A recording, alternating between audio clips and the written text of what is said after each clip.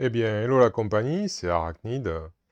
Je suis de retour, mais avec un tout nouveau jeu. Nouveau jeu est un bien grand mot, étant donné que c'est un jeu qui est sorti il y a plusieurs années. J'avoue que j'ai pas en tête la date de sortie, mais c'était, je crois, avant les années 2010, il me semble. Mais bon, peu importe, c'est pas grave. En tout cas, moi, je me suis procuré l'édition 10e anniversaire. Donc, il s'agit, pour ceux qui l'auront reconnu, de A Touch of Evil de la société donc Flying Frog Production. C'est une société qui a fait également Shadows of Brimstone. C'est le premier jeu que j'ai acquis de leur société, parce que c'était quelque chose qui me plaisait beaucoup. Au niveau, donc, au niveau du thème western, tout ça, western horreur, ça me faisait vraiment penser au jeu de rôle Deadlands. Et j'avais déjà vu qu'il existait d'autres jeux, comme Touch of Evil, Last Night on Earth, ou encore Fortune and Glory. Mais disons que, il y avait un petit côté rédhibitoire en ce qui concerne ces jeux. Je les avais découverts notamment à travers la chaîne, donc à l'époque c'était des jeux sur la table qui s'appellent maintenant Des choses et d'autres. Et donc, lui-même précisait que pour lui aussi, ça avait été un petit peu compliqué, enfin compliqué, oui, en tout cas, il avait hésité à se procurer ces jeux en raison du fait que ben, il n'y a pas d'illustration à proprement parler. Mais bon, ben, comme vous pouvez le voir, pour ceux qui ne connaissent pas, en fait, ils ont fait appel alors soit à des acteurs, soit à des gens de des proches, je ne sais pas, pour faire justement en costume des photos diverses et variées pour illustrer les personnages et les cartes en règle générale. Et donc, ben, ce petit côté série B faisait que, ben, je sais pas, ça faisait un peu bizarre. J'ai eu du mal à m'y adapter. Il m'a fallu ouais, ben, de très nombreuses années pour sauter le pas et pour acquérir ce genre de jeu. Je m'étais dit d'ailleurs que je resterais sur Shadows of Brimstone, qui était déjà un bon gros jeu. Et puis voilà, puis finalement, ces derniers temps, enfin, je me suis débarrassé et je suis en train de me débarrasser de pas mal d'autres jeux pour lesquels j'avais craqué au niveau du Kickstarter notamment, et que j'avais acheté en quantité donc déraisonnable et pour lesquels, enfin, au final, je n'avais pas le goût de jouer. Donc, bah, voilà, même quitte à perdre de l'argent, je me suis dit qu'il valait mieux que je les revende. Voilà. Et puis, c'était quand même mieux qu'ils dorment et qu'ils m'encombrent les étagères. Donc voilà. Et puis, ça fera peut-être des heureux, tant mieux pour eux s'ils les ont à plus bas prix. Et puis donc, ben voilà, ben, j'ai acheté des jeux que moi je trouvais, enfin voilà, j'aime bien le style, la manière la jouabilité des jeux de Flying Frog. J'aime bien ça. Donc du coup, je me suis procuré cette version-là de Touch of Evil. J'ai aussi acquis quelques extensions. Bien sûr, il en manque une parce que bon, ben, comme d'habitude, pardon. Euh, Comme d'habitude, j'ai tendance à acheter un petit peu tout ce qui se fait avec. Et malheureusement, il y en a une qui est donc manquante à l'heure actuelle, qui est donc plus disponible. C'est Something Wicked. Voilà, donc celle-ci, elle est pour l'instant voilà, indisponible. J'espère qu'elle le sera dans un proche avenir à nouveau. Euh, A priori, donc, ils doivent certainement avoir quelques soucis. Je voulais aussi me procurer Fortune and Glory, mais bon, c'est pareil, le jeu de base est indisponible. Et puis, pour Last Night on Earth, j'ai réussi à obtenir la version 10e anniversaire d'occasion, en très bon état, avec un supplément. J'en ai acheté quelques autres, et il en manque un aussi qui est aussi indisponible, qui est Timber Peak, je crois. Voilà, qui d'ailleurs est un jeu en lui-même. Enfin, voilà, il est tiré de Last Night on Earth, mais il est autonome. Voilà. Bon, ben, on verra peut-être en tout cas Last Night on Earth plus tard. Sachant que, pour précision, donc, Touch of Evil, c'est un jeu qui se veut être à la fois compétitif ou coopératif, selon comment on a envie de le jouer. Bon, ben, bien évidemment, moi, je le jouerai coopératif, puisque c'est un petit peu ce que j'apprécie dans les jeux de plateau, voilà. Et Last Night on Earth, lui, c'est particulier. Il est pas coopératif en soi, il est compétitif, mais en fait, on joue avec deux groupes, quoi. Donc il faut normalement deux groupes, c'est-à-dire un groupe joue les zombies. Alors soit la personne est seule jouant les zombies, soit ils sont deux, en fonction du nombre de joueurs, c'est précisé. Et sinon, ben, il y a un adversaire qui joue les héros, donc au nombre de 4. Soit il y a 4 joueurs qui vont jouer les 4 héros, et puis un cinquième qui va jouer donc les zombies, ou alors un cinquième, un sixième qui vont jouer les zombies en se les partageant. Voilà pour la Night on Earth, mais j'ai vu que... pourquoi je l'ai acquis? Parce que j'ai vu qu'on pouvait jouer euh, quand même en solo, en adaptant un petit peu les règles comme on l'entend. Hein. Bon, moi, je ferai certainement ma propre sauce, bien que je sais qu'il y en ait qui déjà fait cela. Moi, j'irai de ma propre mouture. Voilà, et donc, ouais, donc ça m'intéressait. Alors pourquoi? Pourquoi? Bah, déjà parce que c'est un jeu Flying Frog, je sais pas, j'ai eu des envies de jeu Flying Frog. Et surtout parce que le thème, ben, le thème zombie, en plus, il est plébiscité, en tout cas par certains. Et le thème zombie, ben, justement, comme ce sont les jeux que je vends, les fameux zombicides, donc voilà, donc j'ai trouvé que malgré tout, Last Night on Earth était un peu plus racontait un peu plus une histoire que Zombicide. Voilà, donc du coup, je suis plus intéressé finalement par jouer à Last Night on Earth qu'à Zombicide. On verra après ce que l'avenir nous dira. Bon, revenons-en à A Touch of Evil. Donc, vous pouvez voir qu'ici, il y a deux plateaux. Pourquoi? Ben, parce que j'ai mis le plateau initial, qui est celui-ci, et le plateau de la seule extension, puisque normalement, il y a, comme je disais, Something Wicked en rajoute un autre. Donc déjà, je ne sais même pas si j'aurais eu la place de mettre les trois, je pense pas, par rapport à la caméra, où il aurait fallu que je la recule. Voilà, parce que et déjà, c'est assez... Donc bon, bref.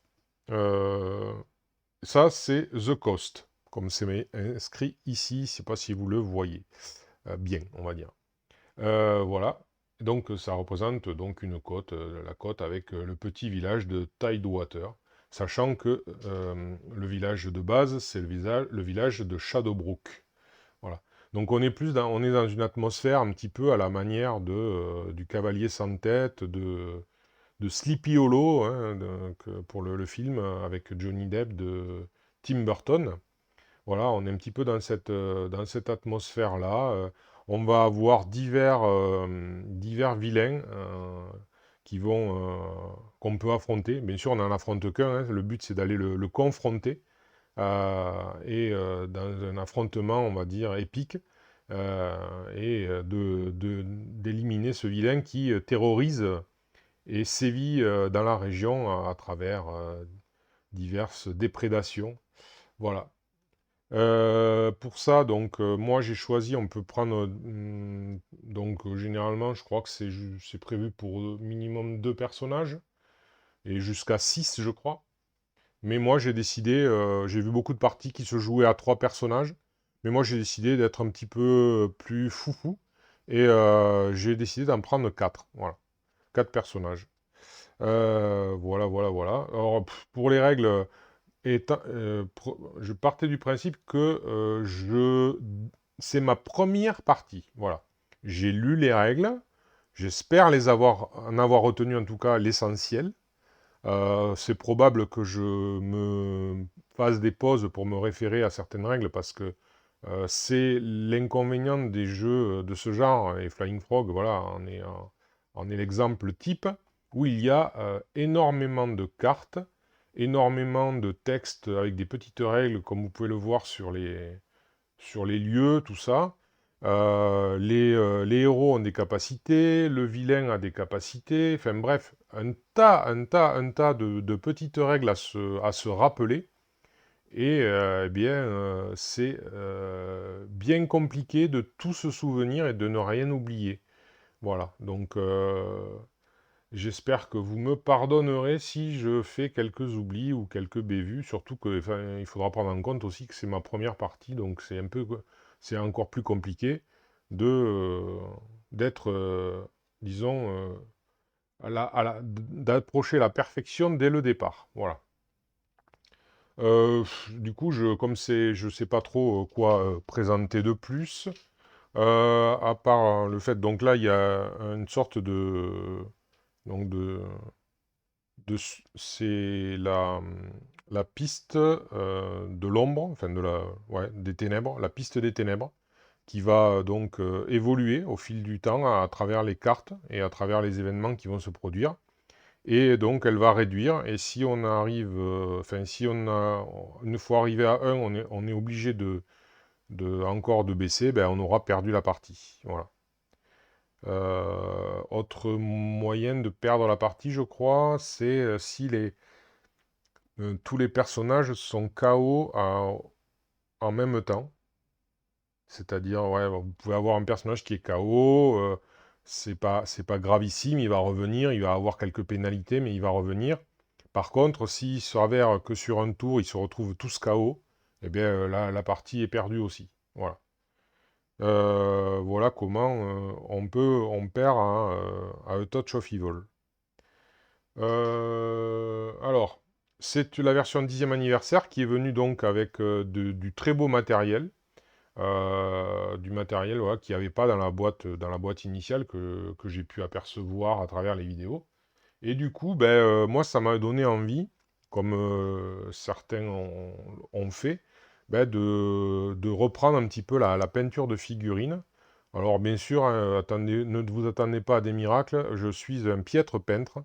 Je peins juste pour que ce soit pas du gris plastique. Voilà.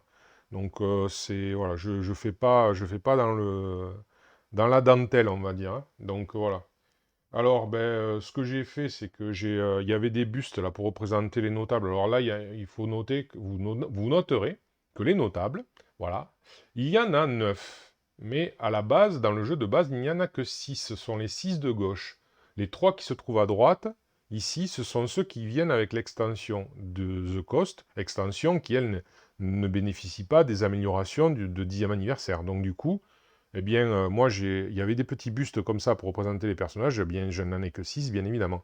Et donc, ces bustes étaient tout gris. J'ai essayé de leur donner un effet statue. Voilà.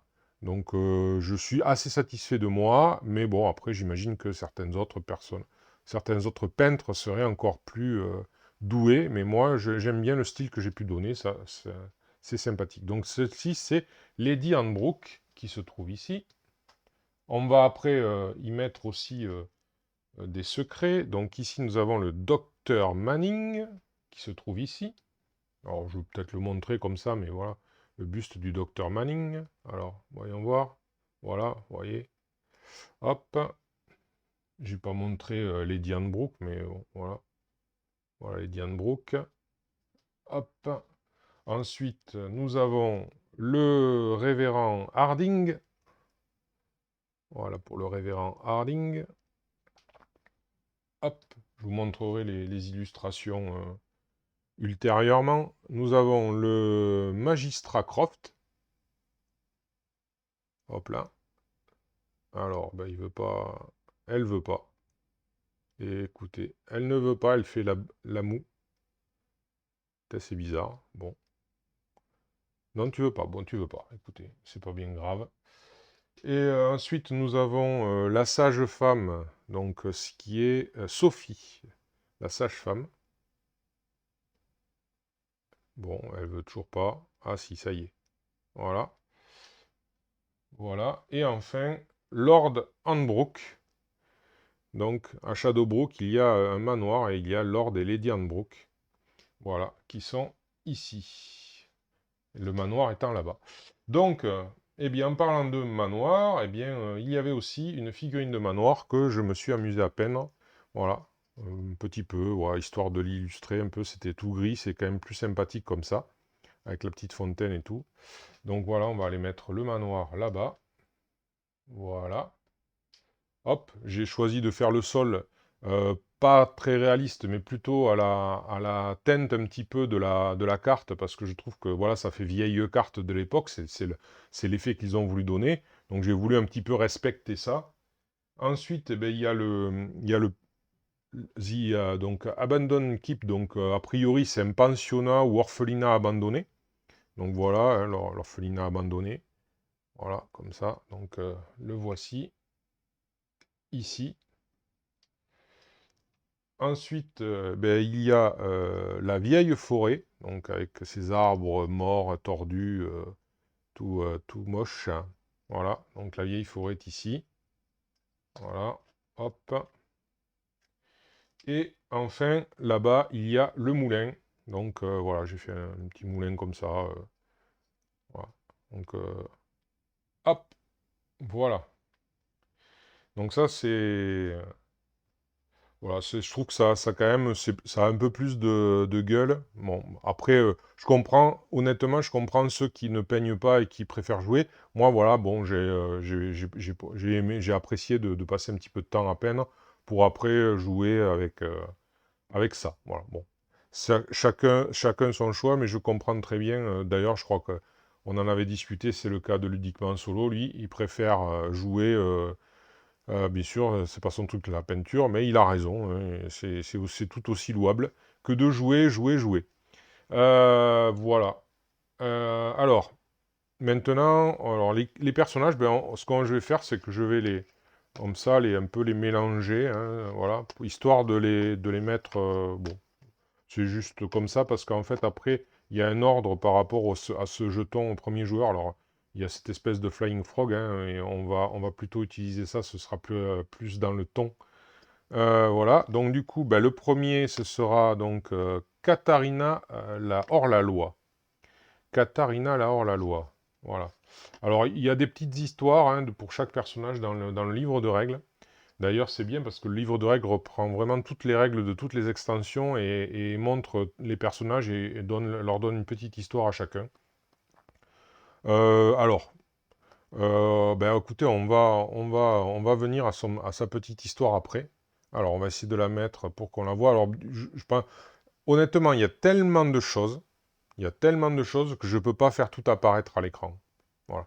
Alors, il y aura une petite nouveauté aussi par rapport à d'habitude, vous allez voir. Je vais m'y essayer. Hein, vous allez voir ce que c'est. Mais c'est. Alors ensuite, hop, pardon, il y a, voilà, Victor Danforth, The Playwright, donc c'est l'acteur, quoi, hein. C'est l'acteur. Alors, Playwright, je ne saurais pas traduire exactement, mais visiblement, c'est plutôt, voilà, l'acteur de théâtre, un peu comme ça, voilà. Hop, alors, on va les mettre là, on va les mettre côte à côte. Ensuite, il y aura Isabella von Tuck, la noble dame. Hop. Alors, laisse. Voilà. Et enfin, Karl le soldat. Voilà. Karl le soldat. Voilà. Hop. Donc, je vous dirai. Donc, du coup, la première joueuse, ce sera euh, Katharina. Et après, on ira comme ça. Et on reviendra vers elle. Et ainsi de suite. Voilà, donc là, pareil, j'ai peint, ça c'était en gris, j'ai peint ça, j'ai trouvé ça un peu version vieux bois, j'ai essayé en tout cas. Voilà, ce petit marqueur voilà, comme ça. Euh, vous allez voir après, alors les personnages, donc du coup, ben, alors on a donc Katharina, comme ça, là, hein, voilà, vous voyez, c'est pas du grand art, hein, j'ai utilisé notamment la peinture de Games Workshop, là, la dernière en date. Et bizarrement, son nom m'échappe à l'heure actuelle, au moment où je vous parle, c'est énorme. Oh là là. Eh non, attendez, ça va peut-être me revenir. Alors, donc, il commence au centre-ville. On a dit après, il y a l'acteur. La contraste, voilà, la contraste.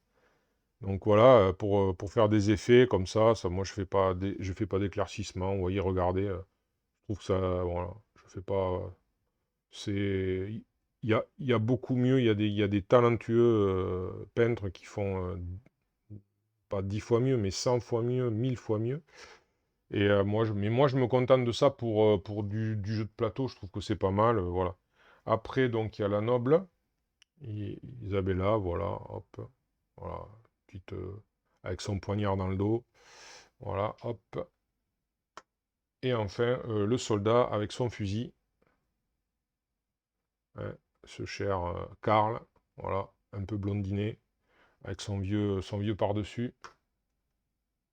Voilà, pareil, j'ai fait les socles couleur beige, un peu, voilà, jaune-beige, pour aller avec le ton. Je trouvais que c'était plus sympa. Voilà, bon, après, ça détache au niveau des yeux, ça détache un peu plus le personnage, j'ai l'impression.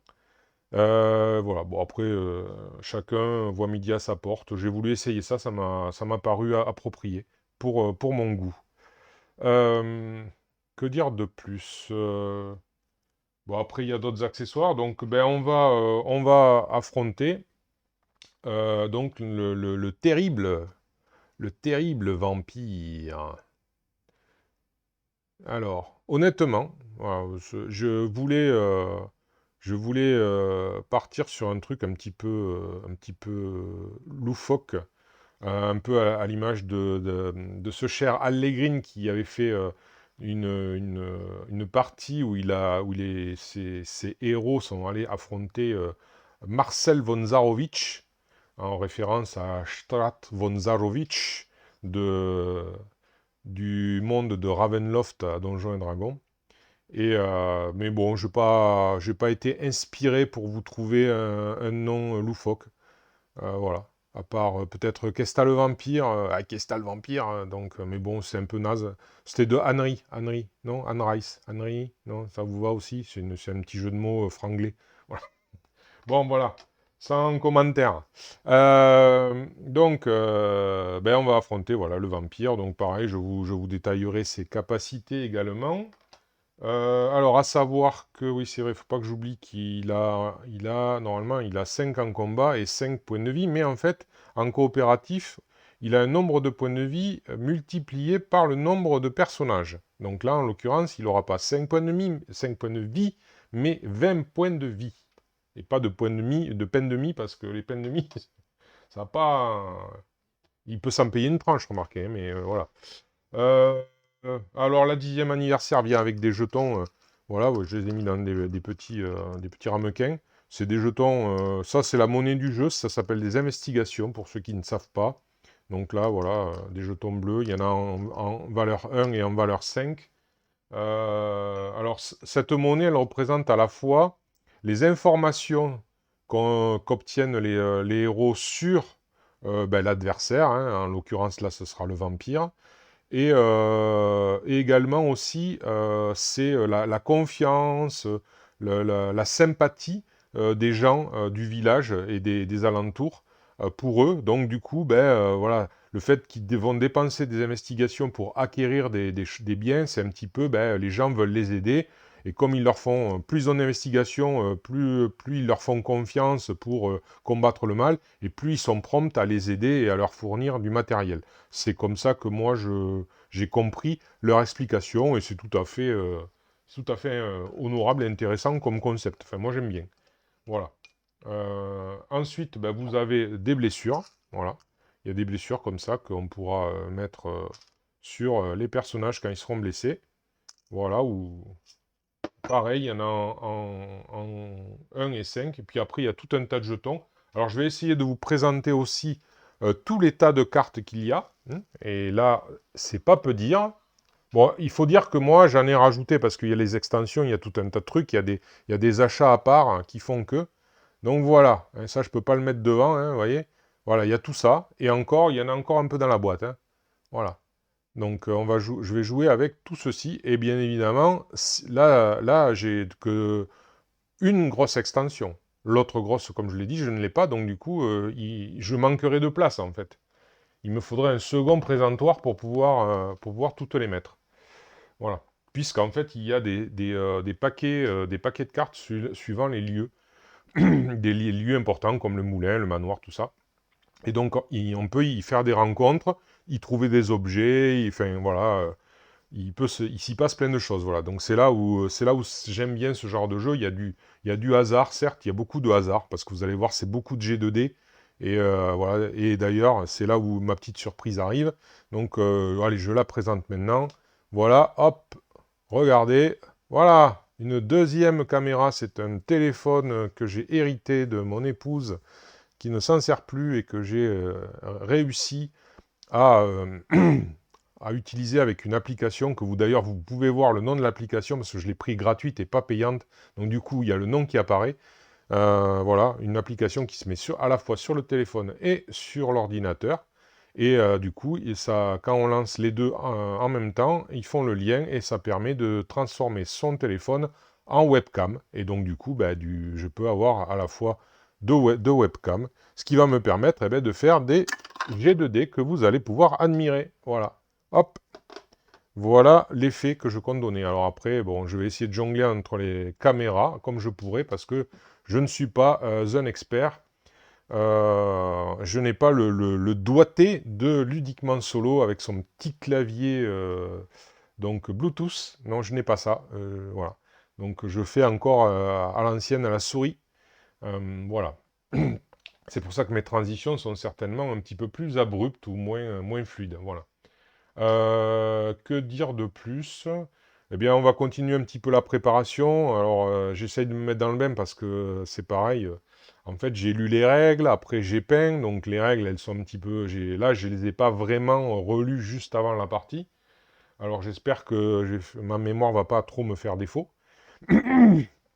Ah, Donc, il y a les secrets. Alors, on va commencer par ça. Où ils sont les secrets?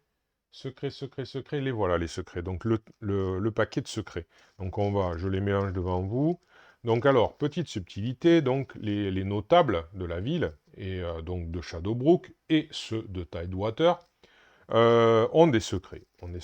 Et il se peut que parmi eux, certains, euh, disons, se soient à coquiner avec, en l'occurrence, le vampire.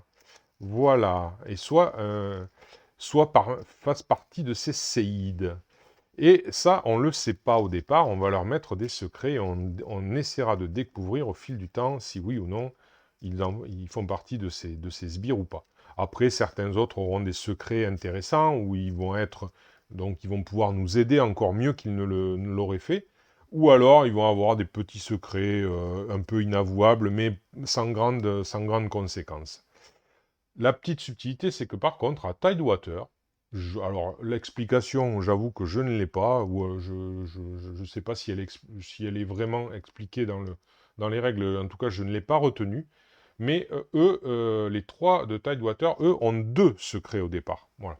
Sachant que tous ces personnages pourront obtenir des secrets au fil du temps avec les cartes qui vont sortir. Et si, malheureusement, ils atteignent trois secrets, eh bien, il faudra révéler les secrets de ces notables et voir ce qu'il advient. Voilà.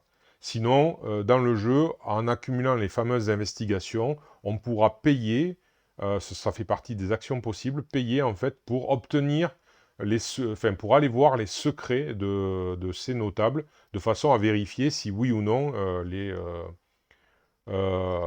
il est intéressant de les convier, parce qu'on va convier au moins, je crois, deux notables à l'affrontement, à la confrontation avec le vampire. Sachant que on parle souvent de la confrontation finale, mais c'est pas obligatoirement une confrontation finale. C'est parce que, admettons qu'on veuille aller le confronter, on a trouvé, parce que le but ça va être de trouver l'endroit où il se cache. Une fois qu'on a trouvé l'endroit où il se cache, on peut aller à tout moment le confronter. Mais mettons qu'on y aille, mais que malheureusement, on ne parvienne pas à le vaincre. Si pour autant, nous ne sommes pas tous vaincus, le jeu ne s'arrête pas. Et donc, on peut repartir en quête on peut aller se soigner, se récupérer, essayer d'obtenir peut-être d'autres objets plus utiles. Enfin bref, c'est à son choix, en fonction un petit peu de l'évolution de la piste de ténèbres.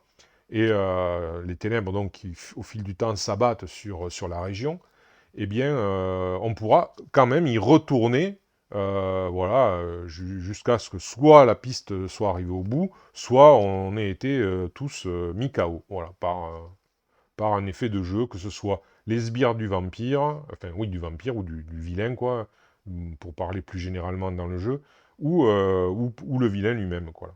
Donc, alors, un secret, on va le mettre, donc, alors, je vais me lever, ce sera plus simple, et je vais éviter de marcher sur le fil du micro. Alors, on va mettre un secret, hop, à Lady Anbrook, un secret au Dr Manning, un secret au révérend Harding, un secret au magistrat Croft. Allez, s'il te plaît, glisse-toi dessous, voilà. C'est pas très pratique, hein. Un secret à la sage femme Sophie, un secret à Lord Hanbrook, et là, après, ben, on va commencer par un secret, voilà, ça mélangera un peu, au maire Carver, Mayor Carver, à la veuve Jessica, un autre secret au maître, le Harbor Master, j'avoue, c'est pas le bourgmestre, c'est le maître des, ah, ça y est, j'ai perdu le terme. Ah, celui qui s'occupe des quais, quoi. Ah ben, je sais plus. Allez, je sais plus. Alors, un deuxième secret pour le maire, un deuxième secret pour la veuve, et un deuxième secret pour le Harbor Master. Ça me reviendra, j'espère, plus tard. Allez, là, c'est pas pratique, encore une fois. Voilà, bon, ça sera comme c'est possible, hein, voilà. On va... Alors, le... Non, c'est pas le quartier-maître, puisque le quartier-maître, c'est sur un navire. Putain, ça me revient pas le... Oh là là. Bon, bah écoutez. On verra plus tard. Donc les secrets, ils repartent. Allez hop, ils repartent dans... Voilà. Ah oui, si je ne l'ai pas dit, là vous voyez sur la piste des ténèbres, vous voyez un chiffre, ici il y a marqué 12, 8, 3, 1, 1. Ça c'est le coût à payer en investigation pour pouvoir tirer une carte des lairs, des antres, des repères, des tanières. Donc pour trouver le repère, la tanière du vilain. Donc du coup, ben, ces fameuses, on les mélangera après, mais par exemple là, vous voyez, celle-là c'est le moulin. Ça veut dire que du coup, le moulin, si par exemple je paye 12 investigations et que je tire cette carte, eh bien ça veut dire que le vampire se cache au moulin. Et là, il y a un chiffre, le 2, ça veut dire qu'il faudra que je paye 2 investigations pour pouvoir faire la confrontation avec le vampire. Il faudra donc que je me rende, bien évidemment, les personnages se rendent là-bas, et paye ça pour pouvoir le confronter. Voilà. Il peut y en avoir qu'un personnage qui y aille, il paye, et après les autres, par contre, même s'ils sont répartis sur les cartes, ils peuvent le rejoindre moyennant un paiement de l'équivalent. Et à partir de là, ils se retrouvent tous à aller le confronter. Voilà. Donc bon, on mélangera les tanières. Hein, voilà. Et du coup, donc, et ça sert aussi, dès qu'on veut avoir un lieu ou quelque chose comme ça, on nous demande de tirer une carte pour voir sur quel lieu ça se passe, tel événement ou telle chose, ou le placement de tel sbire, voilà. Donc ça sert à ça aussi. Voilà. Alors, après, bah là, je vous présente que quelques cartes. Il y a les cartes événements, voilà. Hein. Les cartes événements, c'est ce qu'on tirera. Donc ça, c'est ce qui sera à notre avantage.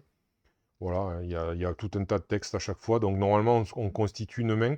Alors quand on joue comme ça en coopération, alors il y a, ouais, normalement les cartes événements alors quand on joue en opposition, parce qu'il y a des effets d'opposition bien évidemment, puisque je vous ai dit que ça pouvait se jouer en confrontation. C'est-à-dire que globalement, le principe étant c'est le premier qui va vaincre le vilain qui va avoir gagné. Ça, c'est ça l'aspect confrontation. Donc du coup, ces cartes-là, elles peuvent servir aussi à mettre des bâtons dans les roues des autres joueurs.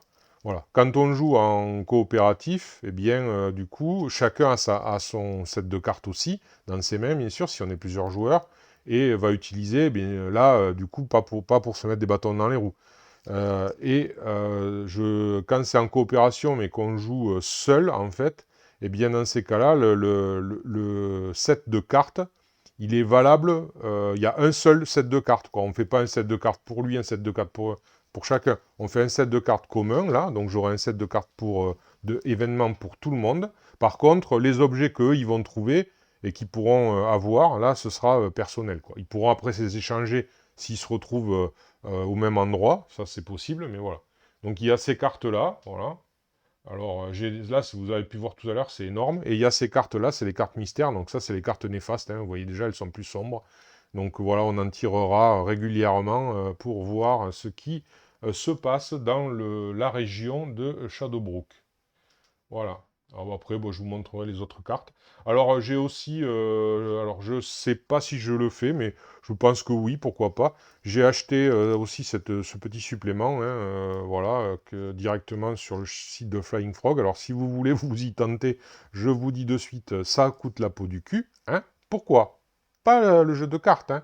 Les taxes, les frais de port et les retaxes de la douane. Voilà. Et là, vous avez craqué votre slip, je vous le dis. Donc, moi, j'ai fait ce choix-là. Voilà. Mais attention.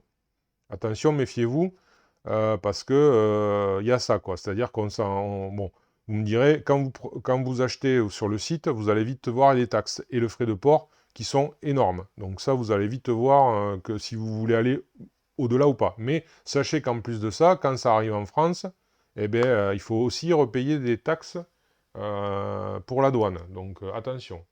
Voilà. Donc ça, c'est Hero Upgrades. C'est un supplément où en fait on peut dépenser 10. Alors c'est ça, c'est 10 investigations. Ouais, c'est ça. Et en tant qu'action, durant votre tour, un héros peut payer 10 investigations et défausser une carte événement pour globalement level up, donc pour, allez, ça y est, pour monter en niveau, quoi, on va dire, pour gagner de l'expérience, quoi. Et du coup, ils gagnent la carte. Alors, c'est une carte, il y a une carte unique pour chaque héros du jeu, dans le jeu. Donc, ils ont fait ce set pour tous les héros qui sont sortis jusque-là. Donc, moi, il m'en manquera que 4, puisque c'est les 4 présents dans l'extension que je n'ai pas. Enfin, il ne manquera que 4. Il me manque les 4 héros, mais j'ai les cartes, du coup, bien évidemment. Et à partir de là, ça rentre en jeu, et tous les bénéfices qu'il y a sur la carte eh ben, sont effectifs, et cette carte ne peut pas être retirée. Donc voilà, ça coûte quand même 10 investigations, ce qui n'est pas négligeable. Voilà. Après, ce que je peux dire de plus, c'est que quand on est en ville, ici ou là, on a des possibilités d'achat. Là, ce sont des sets de cartes comme ceci. Alors ça, c'est Old Map, je crois que c'est ici à Tidewater. On peut acheter donc des objets avec les coûts qui sont ici, vous voyez. Et ces objets donc nous aident. On peut avoir jusqu'à 3 objets comme ça par personnage. 3 objets. Après, dans les lieux qu'on va visiter, on va pouvoir rencontrer des gens qui vont nous accompagner, donc des alliés, ou alors obtenir des objets, voilà, trouver des objets qui vont pouvoir nous être utiles. Et donc, par contre, ça, on ne peut avoir qu'un allié ou objet d'un lieu. Par exemple, là, on va prendre ces 4 lieux. Ça veut dire que Katharina pourrait avoir un objet ou allié des vieux bois, un objet ou allié du pensionnat, un objet ou allié du manoir, un objet ou allié du moulin. Donc 4 en tout, point final. Après, elle peut avoir aussi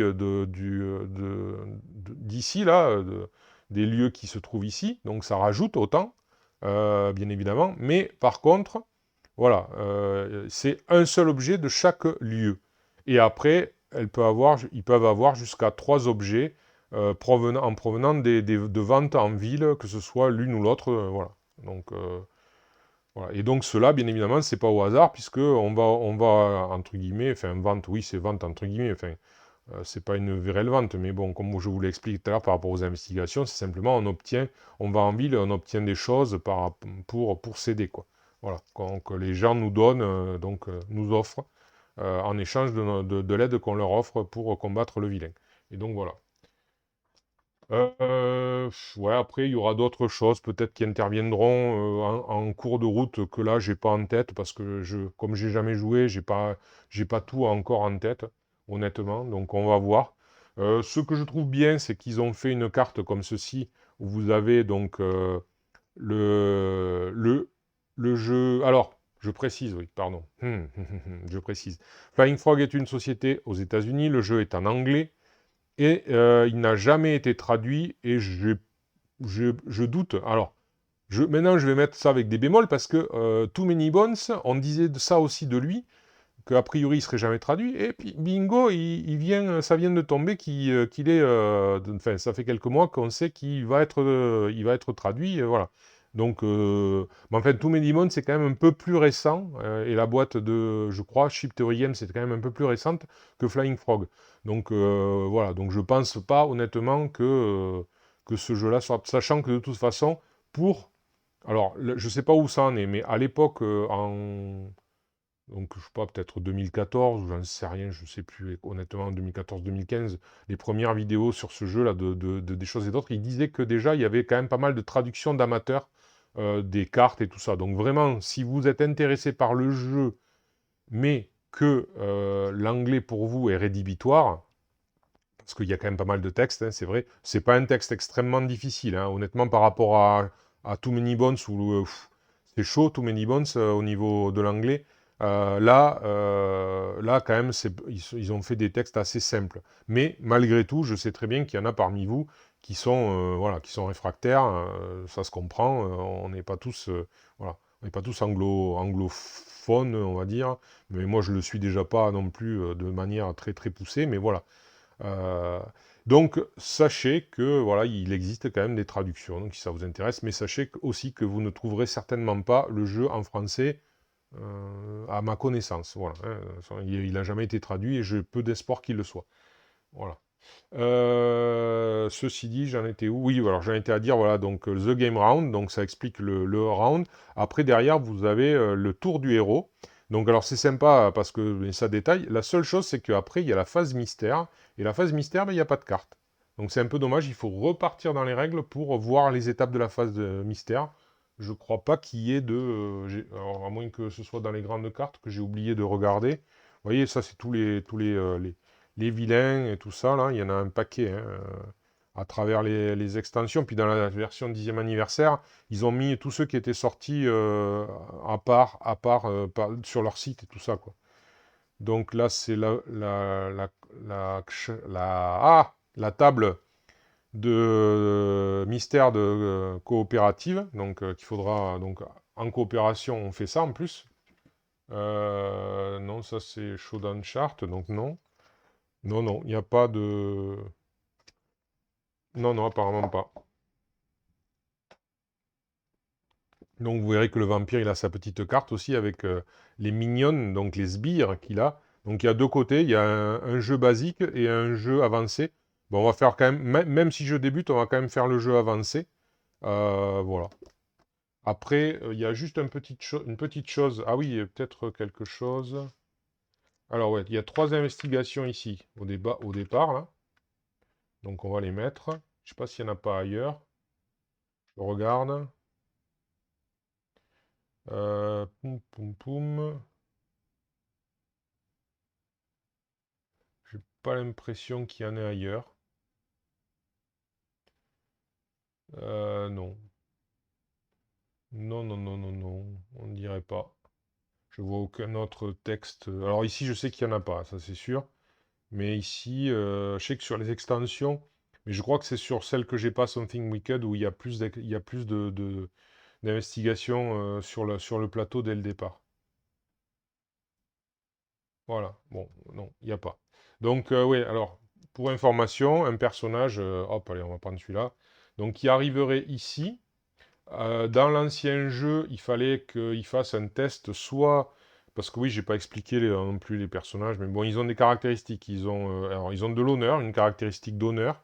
Voilà, ici, là, en haut à droite. Et après, bon, là, vous avez vu, c'est les points de vie. Hein, vous l'avez peut-être compris tout à l'heure quand j'ai mis le jeton blessure. Ici, ils ont trois autres caractéristiques. Donc, spirit, esprit. Cunning, donc c'est astuce. Et combat, donc combat. Voilà, combat, je pense que ça parle de lui-même.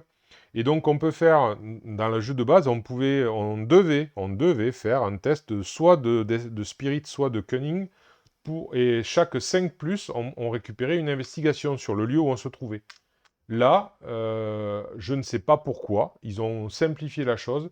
Quand on est sur un lieu, on a la possibilité de faire plusieurs actions, et notamment récupérer les investigations. Alors, la règle du G, du test à 5+, elle existe toujours, mais elle a été mise en optionnel. Et moi, je ne le prends pas pour débuter, parce que comme je ne connais pas le jeu, je ne vais pas me compliquer la tâche.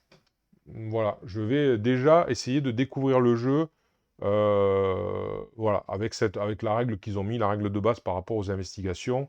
Voilà, alors vous me direz, ben alors pourquoi tu utilises l'avancée, enfin les, euh, la charte, donc l'Advanced Game pour le vampire? Ben parce que voilà, ça donnera un peu plus de challenge, de défis quand même. Voilà, il y aura un peu plus de défis, voilà, d'une certaine manière.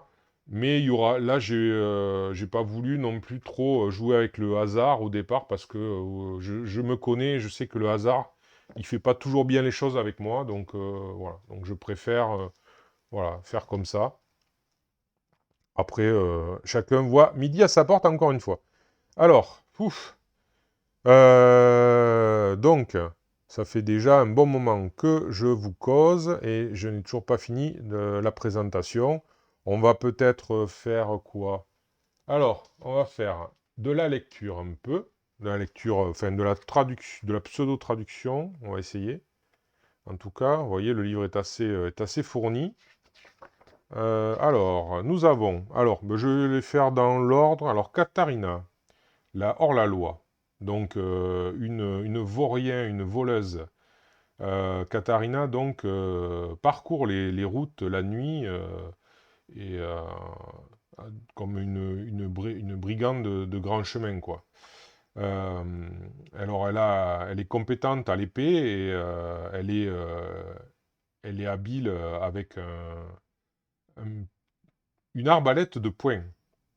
Mais elle a un grand sens de l'honneur.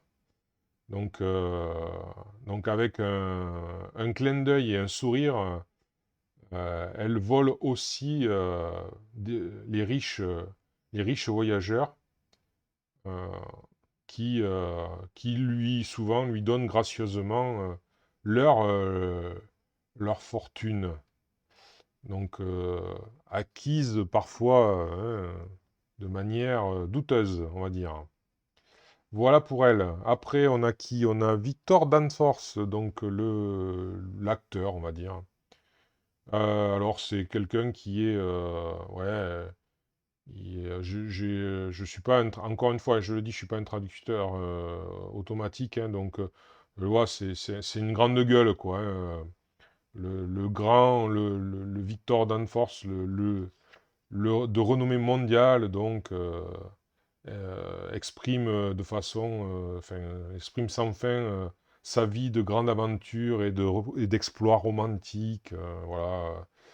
Il a appris tous les trucs sur euh,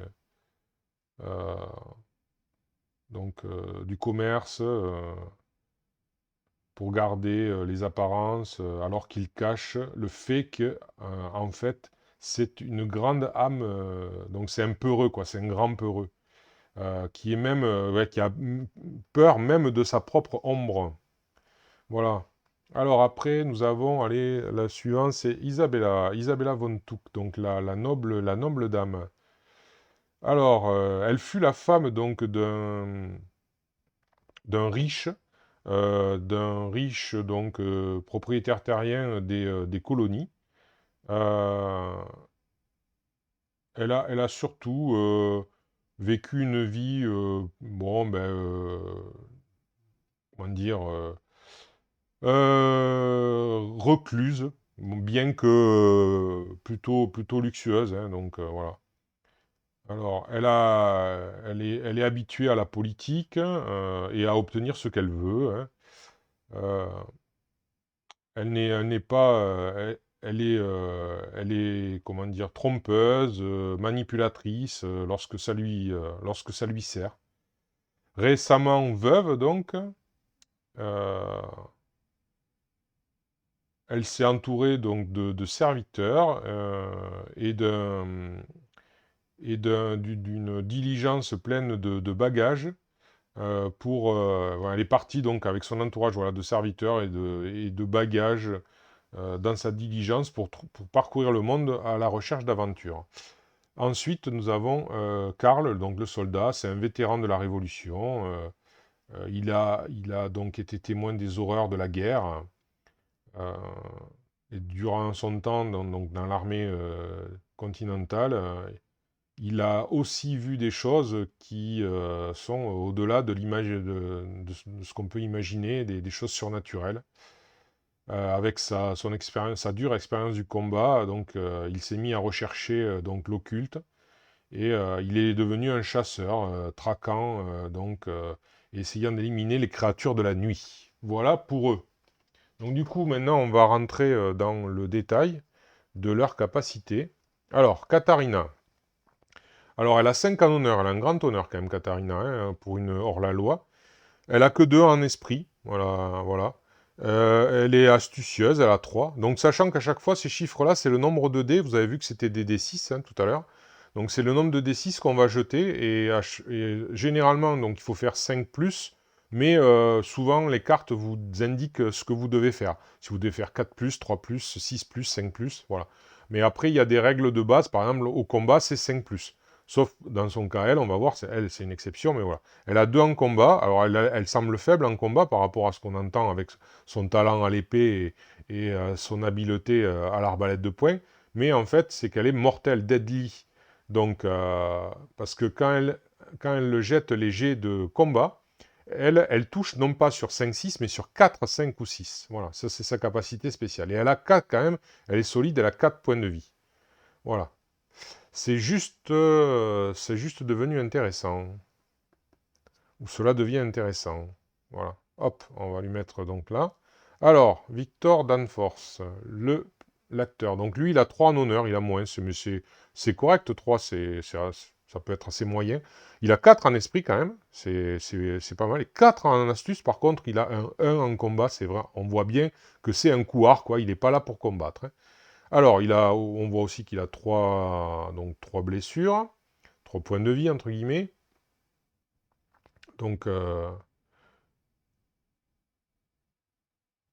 voilà, une simple tâche pour quelqu'un de mon talent, dit-il. Voilà, alors, creative thinking, donc il a une pensée créative. Alors, lorsqu'il jette pour le mouvement, oui, parce que petite subtilité dans ce jeu, vous avez pu voir qu'il y a des sortes de cases quand même hein, sur le plateau, c'est des cases qu'on va parcourir.